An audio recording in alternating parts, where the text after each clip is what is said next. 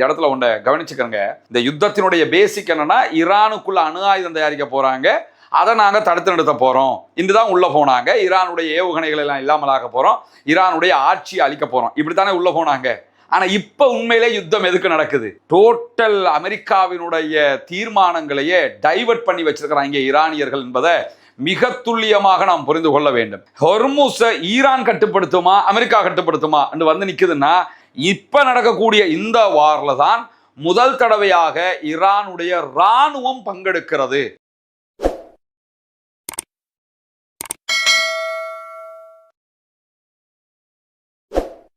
அன்பிற்கினிய சகோதர சகோதரிகளே, நம் அனைவர் மீதும் ஏக இறைவனுடைய அமைதியும் கருணையும் உண்டாகட்டுமாக என்கிற பிரார்த்தனைகளோடு, மத்திய கிழக்கிலே ஈரானுக்கும் அமெரிக்காவுக்கும் இடையிலான ஒரு யுத்தம் தொடர்ந்து நடைபெற்று வருகிறது. மாபெரும் யுத்தம் ஒன்று நடந்து அதிலே ஒரு யுத்த நிறுத்தம் ஏற்பட்டு மீண்டும் அந்த யுத்த நிறுத்தம் முரண்பட்ட நிலைக்கு தள்ளப்பட்டு மீண்டும் யுத்தமாக மாறி இருக்கிறது. இந்த நிலையில எப்பொழுது ஒரு யுத்த நிறுத்தம் ஏற்படும் என்பதையே யாராலும் கணிக்க முடியாத சூழலும் இருக்கிறது. மத்திய கிழக்கில் இருக்கக்கூடிய அரபு நாடுகள் அமெரிக்காவோடும் ஈரானோடும் பேச்சுவார்த்தைகளை நடத்தி கொண்டிருக்கின்றன. குறிப்பாக கத்தரும் பாகிஸ்தானும் பேச்சுவார்த்தைகளை தொடர்ந்து கொண்டிருக்கின்றன. ஏதோ ஒரு வகையில் சமாதானத்தை கொண்டு வர வேண்டும் என்பதுதான் அவர்களுடைய நோக்கமாக இருக்கிறது. ஆனாலும் ஒரு 60 நாட்களுக்கு செய்து கொள்ளப்பட்ட ஒரு ஒப்பந்தத்தையே இரு நாடுகளும் தற்போது யுத்தமாக மாறி நிற்கக்கூடிய நிலைக்கு தள்ளப்பட்டிருக்கிறது என்று சொன்னால், எப்படி நிரந்தர யுத்த நிறுத்தம் ஒன்று இங்கு ஏற்படும் என்கிற கேள்விகளும் தற்போது எழுந்து வருகிறது. இந்த நிலையில தான் நேற்று இரவு ஈரான் மீது அமெரிக்கா தாக்குதல்களை நடத்தி இருந்தது. அதிலும் ஈரானுடைய புற்றுநோய் மருத்துவமனையின் மீது தாக்குதல்களை நடத்தி இருந்தார்கள்.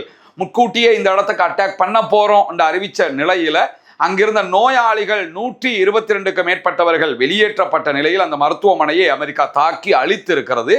எனவே மருத்துவமனையின் மீதான தாக்குதலுக்கு பதிலடி என்கிற தலைப்பில் ஈரானும் இன்றைக்கு மிக கடுமையான தாக்குதல்களை மத்திய கிழக்கில் இருக்கக்கூடிய அமெரிக்காவினுடைய தளங்கள் மீது நடத்தி இருக்கக்கூடிய செய்திகள் வெளியாகி இருக்கிறது. அதற்கு மத்தியில இன்றைய நிலையில் அமெரிக்காவினுடைய யூகவ் அதே போன்று தி எகானமிஸ்ட் ஆகியவை இணைந்து ஒரு கருத்து கணிப்பீட்டை நடத்தி அதனுடைய பதில்களை, அதனுடைய ரிசல்ட்டை ரிலீஸ் பண்ணி இருக்கிறாங்க. அந்த ரிசல்ட் மிக முக்கியமாக அமெரிக்க அதிபருக்கு ஒரு பின்னடைவை காட்டுவதாக அமைந்திருக்கிறது.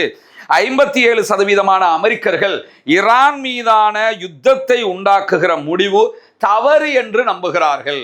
57%னாலே 50% தாண்டிட்டாங்க.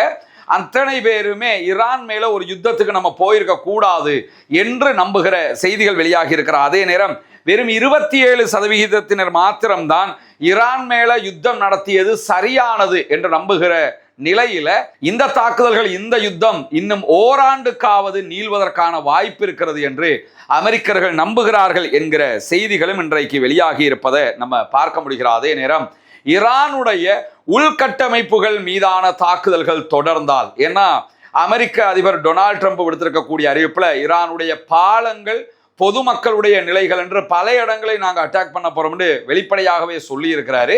இது தொடர்பாக இன்றைக்கு ஈரானுடைய IRGC வெளியிட்டிருக்கக்கூடிய அறிவிப்புல என்ன சொல்றாங்கன்னு கேட்டா, ஈரானுடைய உள்கட்டமைப்புகள் மீதான தாக்குதல்களை அமெரிக்கா தொடர்ந்தால் அமெரிக்காவுக்கு எதிராக அமெரிக்காவினுடைய நலன்கள் மீதும் அமெரிக்காவினுடைய அரபு நாடுகளில் இருக்கக்கூடிய தளங்கள் மீதும் மிக கடுமையான நொறுக்குகிற தாக்குதல்களை நடத்துவோம் என்கிற அறிவிப்பை விடுத்திருக்கக்கூடியதை நம்ம பார்க்க முடியும். ஈரானுடைய IRGCயின் ஊடக பிரிவாக செயல்படக்கூடிய ஹாத்தமல் அன்பியா படைப்பிரிவினுடைய செய்தி தொடர்பாளர் பிரிகேடியர் இஸ்மாயில் பகாயி வெளியிட்டிருக்கக்கூடிய அறிவிப்புல என்ன சொல்றாருன்னா, ஈரானுடைய உட்கட்டமைப்புகள் மீதான எந்த ஒரு அமெரிக்காவினுடைய தாக்குதல்களும் பிராந்திய உட்கட்டமைப்பு மீதான தாக்குதல்கள் மூலம் மிக கடுமையாக பதிலடியாக அமையப்பெறும் என்று சொல்லி இருப்பது மட்டுமல்லாமல், ட்ரம்ப் தன்னுடைய அச்சுறுத்தல்களை நடைமுறைப்படுத்தினால், எங்களுடைய உட்கட்டமைப்புகள் மீது நிஜமாகவே தாக்குதல்களை நடத்தினால், பிராந்தியத்தில் இருக்கக்கூடிய அனைத்து உட்கட்டமைப்புகளும் ஈரானுடைய சக்தி வாய்ந்த ஆயுதப்படைகளுடைய தாக்குதல்களால் நொறுக்கப்படும் என்று சொல்லக்கூடிய இஸ்மாயில் பகாயி,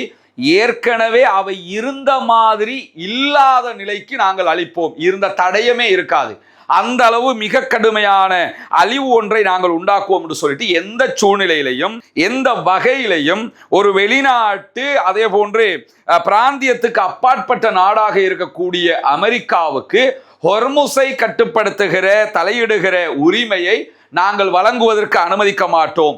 இது ஈரானுடைய வெல்ல முடியாத சிவப்பு கோடு, இது ஜெயிக்க முடியாத ரெட் லைனாக மாறி இருக்கிறது என்று சொல்லி இருக்கிறார் இஸ்மாயில் பகாயி, ஐஆர்ஜிசியினுடைய ஊடக பேச்சாளர். இந்த இடத்துல ஒன்றை கவனிச்சுக்கோங்க. இந்த யுத்தத்தினுடைய பேசிக் என்னன்னா, ஈரானுக்குள்ள அணு ஆயுதம் தயாரிக்க போறாங்க, அதை நாங்க தடுத்து நிறுத்த போறோம். இன்றுதான் உள்ள போனாங்க. ஈரானுடைய ஏவுகணைகள் எல்லாம் இல்லாமலாக்க போறோம், ஈரானுடைய ஆட்சியை அழிக்க போறோம், இப்படித்தானே உள்ள போனாங்க. ஆனா இப்ப உண்மையிலே யுத்தம் எதுக்கு நடக்குது? டோட்டல் அமெரிக்காவினுடைய தீர்மானங்களையே டைவர்ட் பண்ணி வச்சிருக்கிறாங்க ஈரானியர்கள் என்பதை மிக துல்லியமாக நாம் புரிந்து கொள்ள வேண்டும். ஹொர்முஸை ஈரான் கட்டுப்படுத்துமா அமெரிக்கா கட்டுப்படுத்துமா என்று வந்து நிக்குதுன்னா, இப்ப ஈரான் ஆட்சி அளிக்கிறது, ஈரான் அணு ஆயுதம் செய்யறதை தடுக்கிறது, ஈரானுடைய ஏவுகணை பலத்தை இல்லாமல் ஆக்குறது, அதெல்லாம் கான்செப்டே கிடையாது.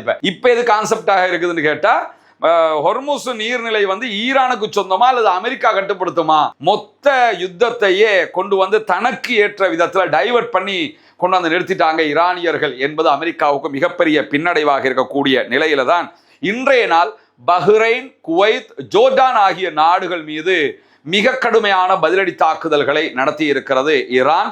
இந்த தாக்குதல்கள் எல்லாமே அமெரிக்காவினுடைய தளங்களை நோக்கித்தான் இந்த அரபு நாடுகளுக்கு நடத்தப்பட்டிருக்கிறது. பஹ்ரைனில் இருக்கக்கூடிய ஷேக் ஈசா விமானப்படை தளத்தின் மீது ஆளில்லா விமான தாக்குதல்கள் நடத்தியதாக ஈரானுடைய ராணுவம் அறிவித்திருக்கிறது. ஐஆர்ஜிசி கிடையாது. ஒன்ன கவனிச்சுக்கிறங்க. இப்ப நடக்கக்கூடிய இந்த வார்ல தான் முதல் தடவையாக ஈரானுடைய ராணுவம் பங்கெடுக்கிறது. ஈரானுக்கு ராணுவம் தனியாக இருக்கிறாங்க, ஐஆர்ஜிசி படைப்பிரிவுகள் தனியாக இருக்கு. அந்த ஐஆர்ஜிசியை கண்ட்ரோல் பண்றது முஜ்தபா காமனி, அதாவது ஈரானுடைய ஆன்மீக தலைவர் தான் கண்ட்ரோல் பண்ணுவாரு. வேற யாருக்குமே அவங்க கண்ட்ரோல் ஆக மாட்டாங்க. அதான் அதுல ஒரு ரூலே. ஜனாதிபதியை சொன்னாலும் கேட்க மாட்டாங்க, முஜ்தபா காமனி சொன்னா கேட்டுக்கிறவாங்க. அந்த ஐஆர்ஜிசி தான் அமெரிக்காவோட இவ்வளவு யுத்தங்களையும் பண்ணியது. இப்ப முதல் தடவையாக ஈரானுடைய ராணுவமும் தாக்குதல்களுக்குள் நுழைந்திருக்கிறது. அந்த அடிப்படையில் பஹ்ரைன் மீது ஆளில்லா விமான தாக்குதல்களை ஈரானுடைய ராணுவம் நடத்தி இருக்கிற அதே நேரம் அமெரிக்காவுடைய படைகளால் பயன்படுத்தப்படுகிற சூப்பர் ஹேக் ரேடார்கள் மீது இன்றைக்கு தாக்குதல்களை நடத்தி இருக்கிறது ஈரானுடைய ராணுவம். பேட்ரியாட் அமைப்புகள், வருகிற ஏவுகணைகளை தடுக்கிற அமெரிக்காவினுடைய தேட் மாதிரியான பேட்ரியாட் அமைப்புகள் உள்ளிட்ட தகவல் தொடர்பு, அதே போன்று ரேடார் அமைப்புகள் மேல இந்த தாக்குதல்கள் உக்கிரமாக நடத்தப்பட்டிருக்கிற அதே நேரம் அதே தளத்தின் மீது இன்றைக்கு ஐஆர்ஜிசியும் பேரழிவை ஏற்படுத்தக்கூடிய தாக்குதல்களை நடத்தி இருப்பதாக செய்திகளை வெளியிட்டிருக்கிறார். ஒரே இடம் இரண்டு தரப்பாரும் தாக்குதல்களை நடத்தி இருக்கிறார்கள். வான்வழி, அதே போன்று உளவு கட்டுப்பாட்டு ரேடார்கள் மீது இந்த தாக்குதல்கள் நடத்தப்பட்டிருக்கிறது. அதே போன்று போர் விமானங்களுக்கான எரிபொருள் நிரப்புகிற நிலையங்கள் மீதும் நாங்கள் தாக்குதல்களை அளித்து அவற்றை அளித்திருக்கிறோம் என்று ஐஆர்ஜிசி விடுத்திருக்கக்கூடிய செய்தியில சொல்லியிருப்பது மட்டுமல்லாம, குவைத் மீது ஆளில்லா விமானம் மற்றும் ஏவுகணை தாக்குதல்களை நடத்தியதாக ஈரான் பொறுப்பேற்றிருக்கிறது. ஈரானுடைய ஐஆர்ஜிசி விடுத்திருக்கக்கூடிய அறிவிப்புல ஆளில்லா விமானங்கள் மூலமாகவும் ஏவுகணைகள் மூலமாகவும் ஒருங்கிணைந்த தாக்குதல்கள் நடத்தப்பட்டிருக்கிறது என்கிற செய்திகளை வெளியிட்டிருக்கிறார்கள். அலி அல் ஷலேமில் இருக்கக்கூடிய அமெரிக்காவுடைய விமானப்படை தளத்தின் மீது, செயற்கைக்கோள் தகவல் மையத்தின் மீதெல்லாம் தாக்குதல்கள் நடத்தப்பட்டிருக்கிறது. அதே போன்று அங்க இருக்கக்கூடிய அமெரிக்காவுடைய முன்கூட்டிய தகவல் சொல்லக்கூடிய ரேடார்கள் மீது தாக்குதல்கள் நடத்தப்பட்டிருக்கிறது.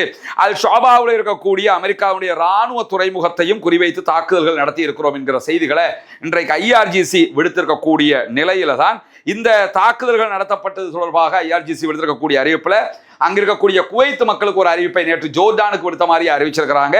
பலஸ்டைன், லெபனான், ஈரான், யமன் ஆகிய பகுதிகளில் அப்பாவி பொதுமக்கள் மேல அமெரிக்கா தாக்குதல் நடத்தி வருகிறது. எனவே அமெரிக்காவினுடைய தாக்குதல்கள் நிறுத்தப்பட வேண்டும். அமெரிக்கா இந்த பகுதிகளிலிருந்து படைகளை அப்புறப்படுத்த வேண்டும். அது நடக்காத வரைக்கும் நாங்கள் தாக்குதல்களை நடத்துவோம்.